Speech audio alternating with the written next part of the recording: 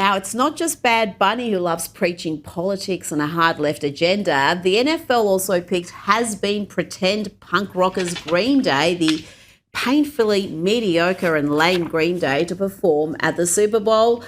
Let's look at some of their recent work. Well, maybe I'm a American. I'm not a part of a MAGA agenda.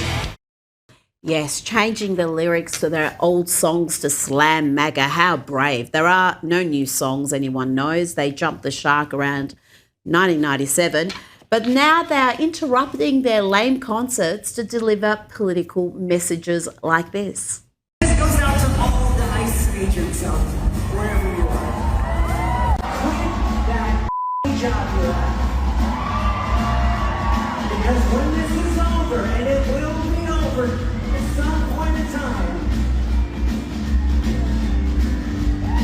Christy Dome, Stephen Miller, J.D. Vance, Donald Trump, they're gonna drop you like a bad habit. Come on this side of the line. How does he manage to look like a middle-aged lesbian, about as punk rock as a pumpkin spice latte? Well done, NFL. That's who you have selected to unify the nation. Talk about not knowing your audience. Let's bring in Newsweek's senior editor-at-large, Josh Hammer. Josh, the NFL continue to treat the great majority of their fans with utter disdain. Rita, this was the most left-wing Super Bowl that I have ever consumed in my entire life. And I am a die-hard American football fan. I've been watching Super Bowl since I was, I don't know, probably 5, 6 years old. This surpassed any other one. And of course it. I mean, we have a game that was being played in San Francisco, the epicenter of the American left-wing universe. Two teams that are in Seattle, and from Boston, Massachusetts, to liberal titans here. You had Green Day, you had Bad Bunny. I mean, the whole thing was just an utter, absolute abortion. It was an atrocity of a Super Bowl. The Bad Bunny halftime show is going to get the headlines, and rightfully so. I mean, Roger Goodell, the commissioner of the NFL, is frankly just utterly commie trash.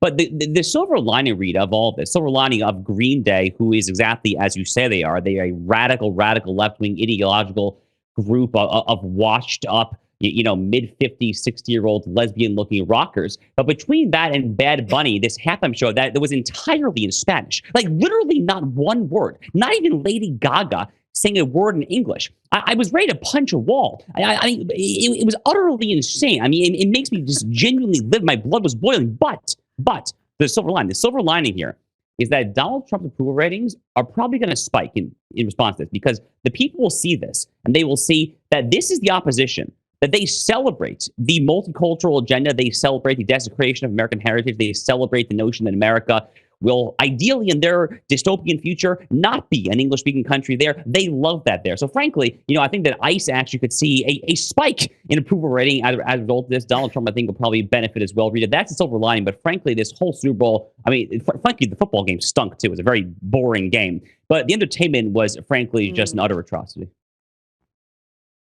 Atrocity, that is a strong word but I think it's a very popular way to describe what happened today. Can we also talk about the Black national anthem that was performed before the game?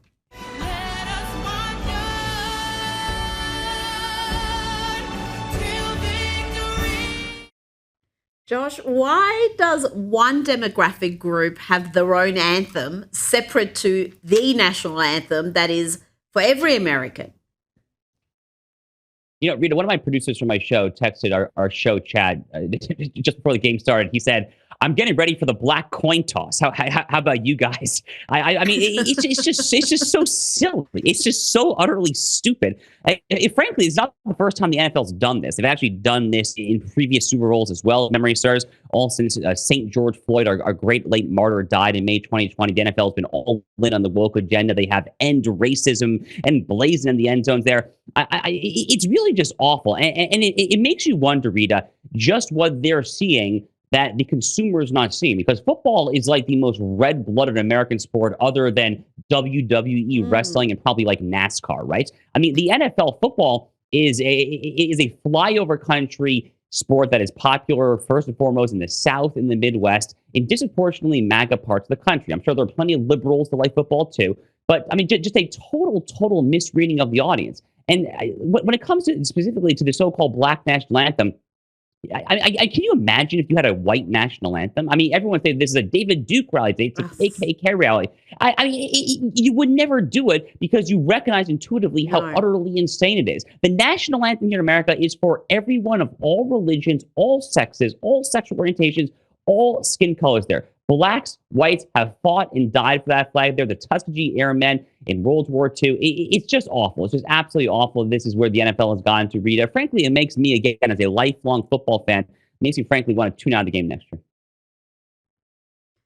Well, I tell you, if they want to redeem themselves next year, have a country music-led halftime show. It will absolutely be brilliant if they select the right artists, and their fan base will actually enjoy it rather than wondering what in God's name is happening.